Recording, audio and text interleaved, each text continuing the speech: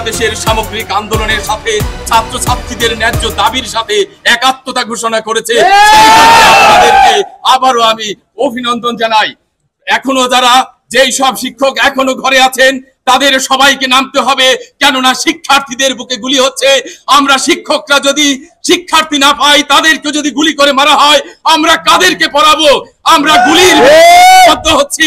যারা আগামী দিন বাংলাদেশকে শাসন করবে, যারা বাংলাদেশকে নেতৃত্ব দেবে, তাদেরকে রাস্তায় মারা হচ্ছে, দিনের পর দিন গুলি হচ্ছে।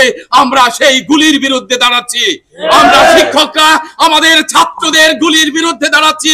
যদি আর একটা গুলি চলে, সেই গুলি যেন বাংলাদেশের প্রত্যেকটি শিক্ষকের বুকে চলে, আর যেন কোনো ছাত্রছাত্রী রাস্তায় নৃশংসভাবে নিহত না হয়। প্রিয় বন্ধুরা, আপনারা এতদিন ধরে দেখছেন, প্রতিদিন দেখছেন, বিভিন্ন মিডিয়ার মাধ্যমে দেখছেন, ঘরে মানুষ নিরাপদ নয়, ঘরে বাবার কোলে শিশু নিরাপদ নয়।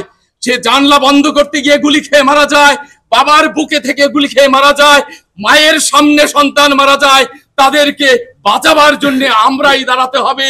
আমাদের মুখ দিয়ে শুধু অস্ত্র নয়, যারা অস্ত্র নিয়ে রাস্তায় নেমেছে, তোমরা অস্ত্রগুলো ছেড়ে দাও। তোমরা মনে রাখো, তোমাদের ঘরেও সন্তান আছে, তোমাদের ঘরেও মা আছে, বোন আছে। যেই বোনদেরকে তোমরা অত্যাচার করছো রাস্তায়, তাদের অত্যাচার থেকে তোমরা নিজেদের নিষ্কৃতি দাও। তোমরা ফিরে যাও, ঘরে যাও। ছাত্রছাত্রীদের ন্যায্য আন্দোলনকে, ছাত্রছাত্রীদের ন্যায় দাবিকে, কোটা সংস্কারের আন্দোলনকে তোমরা মেনে নাও এবং এক দফায় সবাই এক হয়ে পুরো বাংলাদেশকে এক করে দাও। সমস্ত পেশাজীবী মানুষ রাস্তায় নেমে আসার জন্য আমি আহ্বান জানাচ্ছি। সমস্ত শিক্ষক, বিশেষ করে আমি যেই সমাজে আমি আমার কাজ করছি, যারা আমার বন্ধু, যারা ঘরে থেকে, যারা চারদিকে থেকে চুপি মেরে দেখছেন, আমি সেই সব শিক্ষকদেরকে বলছি, আর সময় নেই ঘরে বসে থাকার। এখন রাস্তায় নামতে হবে। চলে আসেন, দেখেন সামনে সবকিছু আমাদের ছাত্রছাত্রীদের জন্য আগামীর বাংলাদেশ। আগামীর বাংলাদেশকে যাদের হাতে দেব, তাদেরকে বাঁচাবার জন্য আজকে আমরা নামবো।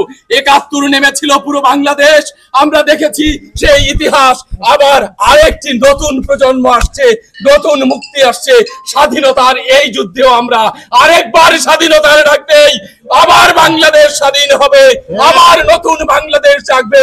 আমাদের সামনে অপেক্ষা করছে নতুন বাংলাদেশ, বৈষম্যহীন বাংলাদেশ, শোষণ মুক্ত বাংলাদেশ, ন্যায্যতার বাংলাদেশ।